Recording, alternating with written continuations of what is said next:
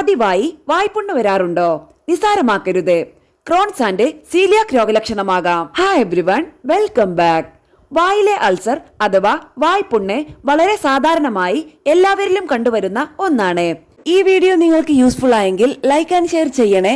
സംശയങ്ങൾ കമന്റ് ബോക്സിൽ രേഖപ്പെടുത്താം. ആരോഗ്യപരമായ പുതിയ അറിവുകൾ വേഗത്തിൽ അറിയാൻ സബ്സ്ക്രൈബ് കൂടി ചെയ്തോളൂ. തീർച്ചയായും ഉപകാരപ്പെടും.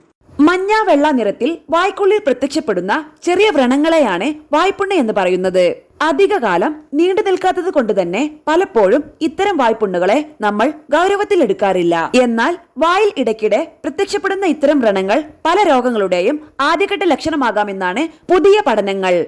വായ്പുണ്ണിനെ തുടർന്നുണ്ടാകുന്ന വേദന സഹിക്കാത്തവർ ചുരുക്കമായിരിക്കും. പല്ലുകൾ കൊണ്ടുണ്ടാകുന്ന മുറിവുകൾ, ചതവ്, വിറ്റാമിനുകളുടെ അഭാവം, അണുബാധ, ബാക്ടീരിയ മൂലവും വായ്പുണ്ണുണ്ടാകാം. വായിൽ ഇടയ്ക്കിടെ അൾസർ പ്രത്യക്ഷപ്പെടുന്നത് ക്രോൺസ് ആൻഡ് സീലിയാക് രോഗങ്ങളുടെ ലക്ഷണമാകാമെന്ന് പഠനങ്ങൾ പറയുന്നു. ദഹനനാളത്തെ ബാധിക്കുന്നതും ഓവർലാപ്പിൽ ലക്ഷണങ്ങളുള്ളതുമായ വിട്ടുമാറാത്ത കോശജ്വലന അവസ്ഥകളാണ് ക്രോൺസ് ആൻഡ് സീലിയാക് രോഗങ്ങൾ.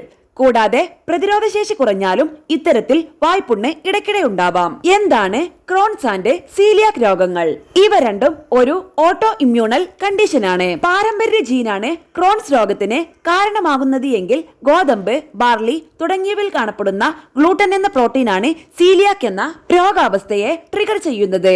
വയറുവേദന, വയറിളക്കം, വിളർച്ച, ക്ഷീണം, ഓക്കാനം, ഛർദി, സന്ധിവേദന തുടങ്ങിയവയാണ് ഇവയുടെ ലക്ഷണങ്ങൾ. ചുണ്ടുകൾ വരണ്ടു പൊട്ടുന്നതും ശ്രദ്ധിക്കണം. വേദനയും രക്തം ബ്ലീഡ് ചെയ്യുന്നതുമായി അവസ്ഥകൾ ക്രോൺസ് ആൻഡ് സീലിയാക് രോഗങ്ങളുടെ ലക്ഷണമാകാം.